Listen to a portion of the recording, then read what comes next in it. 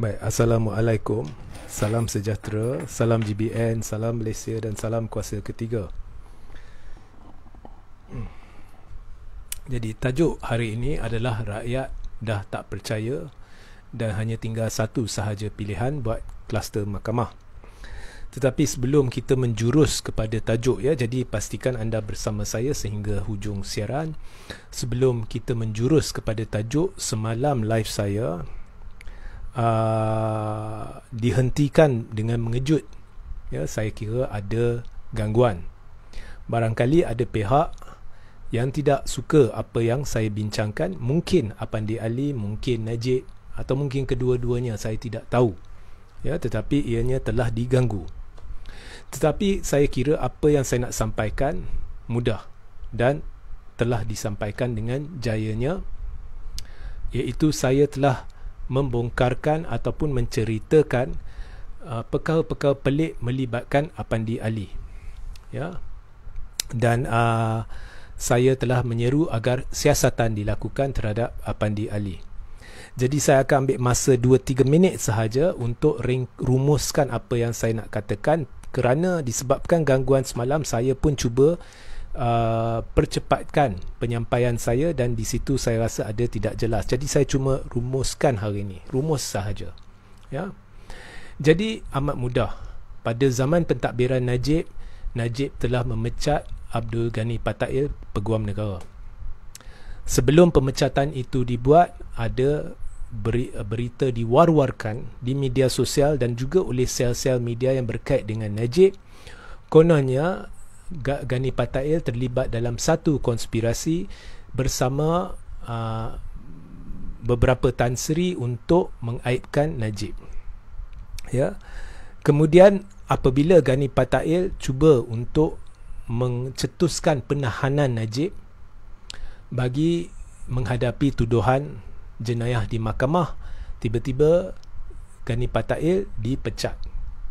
Jadi sekiranya Ghani Patail telah dipecat dengan adanya satu kertas dakwaan yang kononnya diwar-warkan oleh sel-sel media yang berkait dengan Najib, kononnya kertas dakwaan itu dipalsukan. Jadi sehingga hari ini semestinya sekarang orang sudah tahu apakah konspirasi yang dimaksudkan oleh sel-sel media Najib dan apakah sebab sebenar secara terperinci Ghani Patail dipecat. Nombor satu, dia lakukan ini. Dua, ini buktinya dia telah cuba berkomplot untuk dan sebagainya. Semua itu perlu ada dengan jelas. Semestinya satu siasatan dilakukan untuk menyiasat perkara ni supaya rakyat faham mengapa dia dipecat. Tetapi sehingga hari ini sudah 7 tahun, jangan kata maklumat siasatan pun tidak pernah diceritakan kepada kita. Jadi sampai hari ini pemecatan Ghani Patail dilakukan atas sebab-sebab yang mencurigakan, sebab-sebab rahsia. Tetapi sel media Najib berkait Najib memberitahu Ghani Patail terlibat dalam konspirasi dan ada kertas dakwaan palsu. Pertama sekali, amat bodoh bagi sesiapa mempercayai seorang peguam negara berani membuat satu kertas dakwaan palsu. Jika benar ianya palsu, di manakah hasil siasatan itu yang membuktikan ianya palsu? Mengapa tidak ada tindakan-tindakan yang diambil? Mengapa perkara ini tidak didedahkan kepada rakyat? Keduanya, yang mengambil alih Ghani Patail adalah Apandi Ali. Dan dalam masa yang singkat, Apandi Ali telah berkata Najib tidak terlibat dalam apa-apa jenayah yang berkait dengan 1MDB atau SRC. Berbeza, bercanggah dengan Ghani Patail yang dah sedia nak dakwa Najib. Jadi dalam masa singkat, bagaimanakah Apandi Ali boleh mencapai satu keputusan yang sungguh luar biasa, berbeza berbanding dengan peguam negara terdahulu? Adakah Apandi Ali melakukan siasatan? Adakah pejabat Apandi Ali melakukan siasatan? berhubung kertas dakwaan Gani Patail, bagaimanakah siasatan itu mengambil masa yang sungguh singkat bagi satu kes yang sampai hari ini tak selesai di seluruh dunia? Di manakah hasil-hasil siasatan itu? Saya masih ingat apabila Apandi Ali membuat sidang media dan memaparkan 2 dokumen kononnya yang membuktikan Najib tidak bersalah. Saya tak tahu Apandi tengah berfikir apa tentang pada masa itu, kerana dokumen tu sebenarnya membuktikan aliran dana 1MDB ke akaun Najib yang dibuktikan secara hitam putih di Mahkamah Amerika Syarikat oleh FBI, yang menjurus kepada sabitan bersalah Roger Ng, bermakna apa yang didedahkan oleh FBI itu diterima sebagai sahih oleh Mahkamah Amerika Syarikat. Bukti terperinci termasuk aliran dana berbilion ringgit ke dalam akaun Najib dan anak tiri dia. Jadi di manakah hasil-hasil siasatan Apandi Ali yang boleh menyebabkan beliau tiba-tiba boleh menghalalkan, boleh melepaskan Najib begitu sahaja, ya?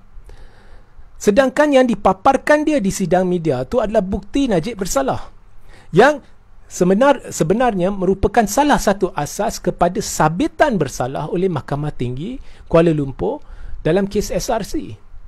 Dan kalau nak bangkitkan isu Hakim Nazlan, saya rasa itu rakyat tak percaya, sebab Mahkamah Rayuan, panel 3 hakim mengekalkan keputusan Mahkamah Tinggi, termasuk ada sentuh kepalsuan isu 2.6 bilion, betapa dongengnya cerita itu. Dan kita tak perlukan juga hakim-hakim untuk menceritakan kepada rakyat mengapa cerita itu dongeng, kerana Najib sendiri dah mengaku secara tidak langsung ianya dongeng. Di Al Jazeera, di temu ramah Al Jazeera, apabila Najib memberitahu bahawa dia hanya menganggap itu derma Raja Arab Saudi dan dia tidak meneliti sumber-sumber dana itu. Berbeza dengan apa yang rakyat diberitahu sebelum PRU 14, bahawa Najib sah pasti ianya derma Raja Arab Saudi. Azam Baki pergi sana, dia sahkan itu derma Raja Arab Saudi. Berbeza, Najib dah mengaku sebenarnya. Jadi buat apa nak pertikai hakim ini, hakim itu, sedangkan Najib sendiri dah mengaku itu palsu. Apa yang diberitahu kepada rakyat sebelum PRU 14 palsu. Jadi saya sebenarnya menekan agar Apandi Ali disiasat, ya. Itu sahajalah rumusan kepada live semalam. Jadi hari ini saya ingin mengetengahkan satu perkara, iaitu anda tahu saya ni, tabiat saya bila di luar sentiasa bercakap dengan orang secara rambang, ya, berkenaan politik, bertanya, ya. Dan selama 7 bulan ni, saya dan pihak-pihak tertentu, ada satu di Pulau Pinang, ada satu di Melaka. Pulau Pinang ada 2, satu di Melaka. Di Klang Valley ni ada 3 daripada kami. Kami mengamalkan sentiasa bertanya soalan-soalan tertentu kepada orang yang kita jumpa dan catatkan berapa ramai yang kita jumpa dan apakah jawapannya. Jadi mudah benda ni, ya. Dan apa yang saya dapati dalam 7 bulan ni, rakyat makin kurang percayakan apa yang disebutkan oleh Najib, ya, di media sosial, termasuk isu kes dakwaan-dakwaan yang dibuat terhadap Hakim Nazlan, termasuk alasan-alasan yang diberikan oleh Najib tentang perlunya PRU awal. Saya dapati, ya, setakat ini jumlah orang yang telah ditanya adalah lebih kurang 250 dari pelbagai kawasan. Jadi lebih 80% percaya bahawa segala yang dilakukan oleh Najib Zahid semuanya adalah untuk melengahkan keputusan kes.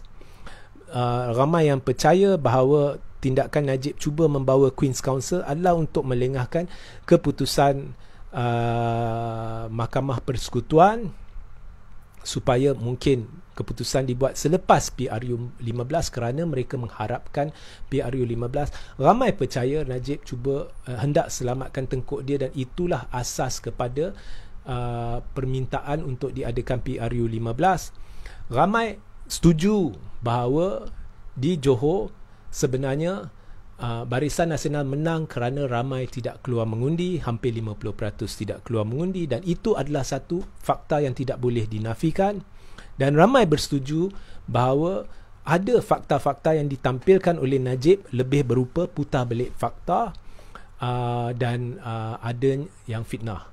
Saya sendiri pernah melakukan satu laporan polis terhadap Najib kerana memfitnah pentadbiran Tun Mahathir berhubung isu Forex RCI, di mana Najib kata Pakatan Harapan tarik balik laporan polis yang dibuat dan seterusnya mengklasifikasikan kes sebagai NFA. Itu satu kepalsuan dan terang-terang fitnah. Mustahil Najib tidak tahu bahawa sebenarnya orang yang membuat laporan polis adalah lantikan kepada RCI di bawah pentadbiran Najib. Kemudian orang yang menarik balik laporan itu adalah orang sama, iaitu lantikan di bawah pentadbiran Najib. Dan sebab itu kes diklasifikasikan oleh polis sebagai NFA.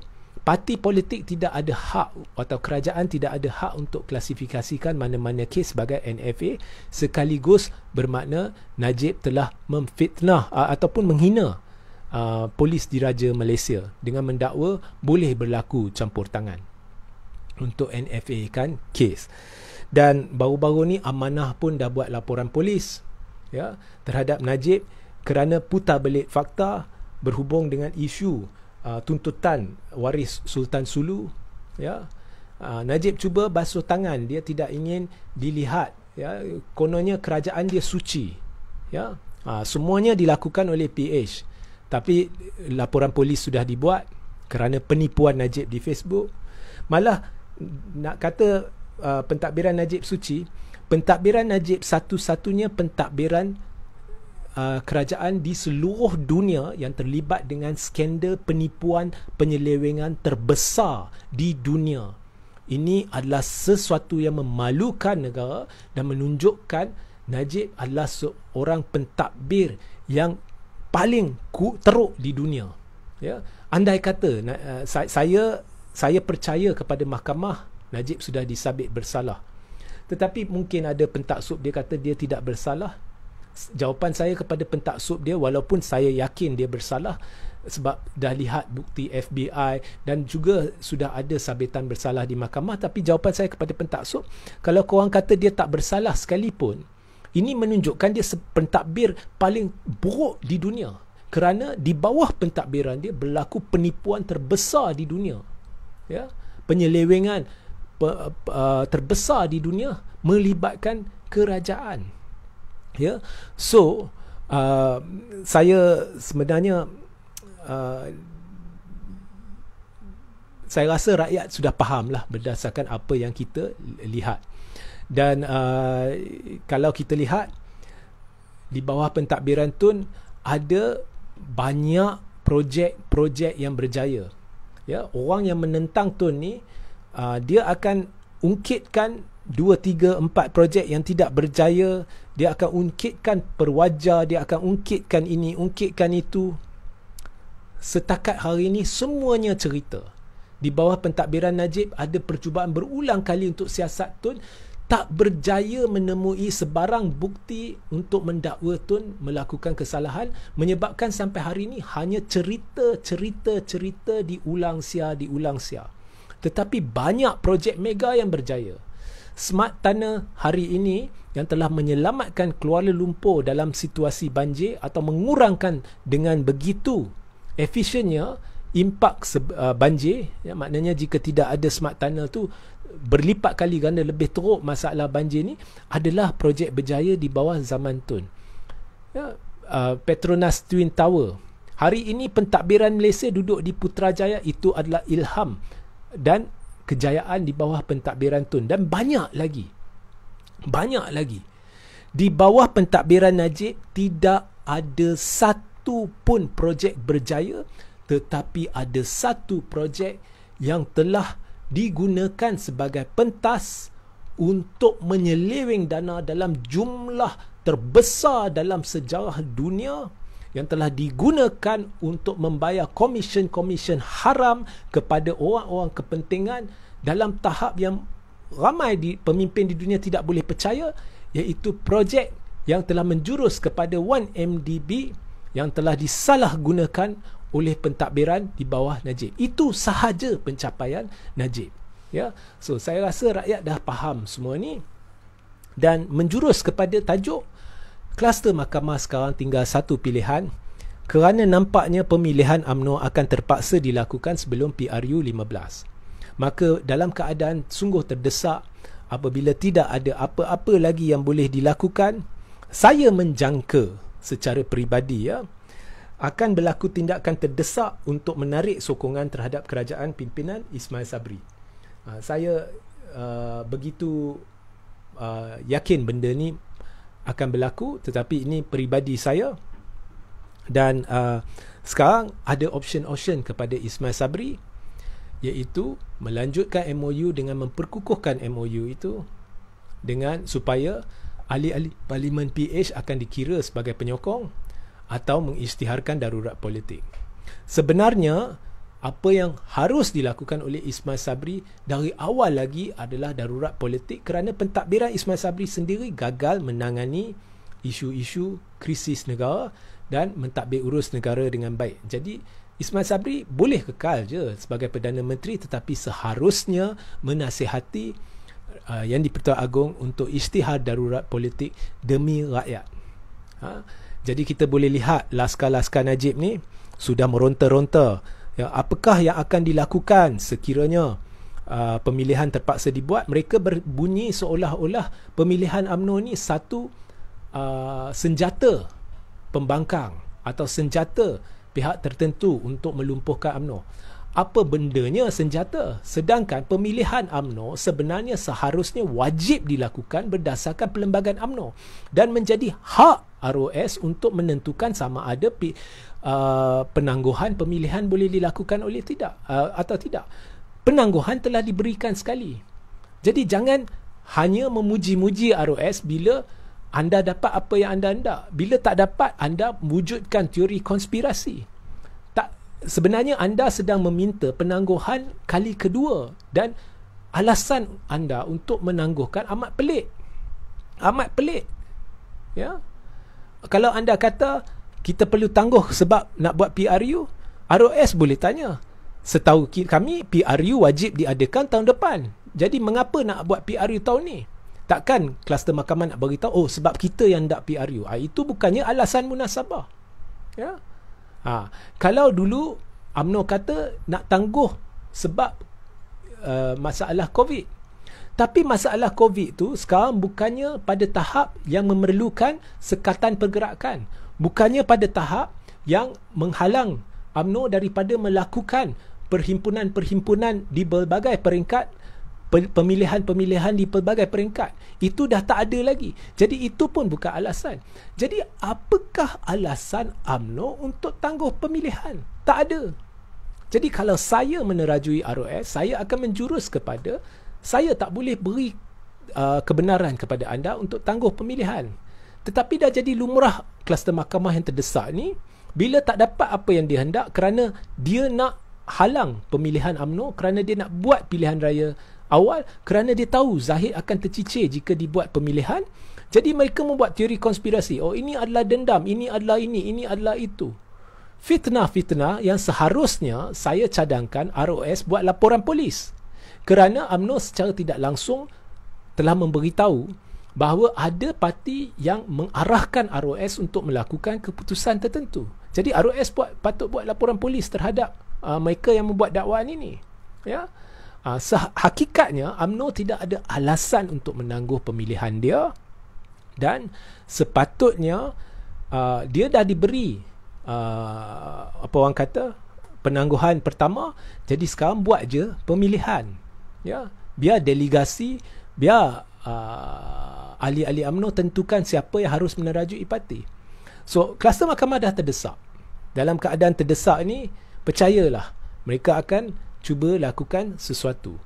Jadi sekarang apa yang Ismail Sabri harus lakukan, yang sepatutnya dah lama lakukan, ialah tolonglah dengar keluhan rakyat dan akuilah kelemahan kerajaan pentadbiran anda sendiri dan daruratkan negara untuk lumpuhkan politik. Sehingga kita berjumpa di lain masa. Hari ini saya tidak akan ambil soalan. Assalamualaikum, salam sejahtera, salam GBN, salam Malaysia dan salam kuasa ketiga.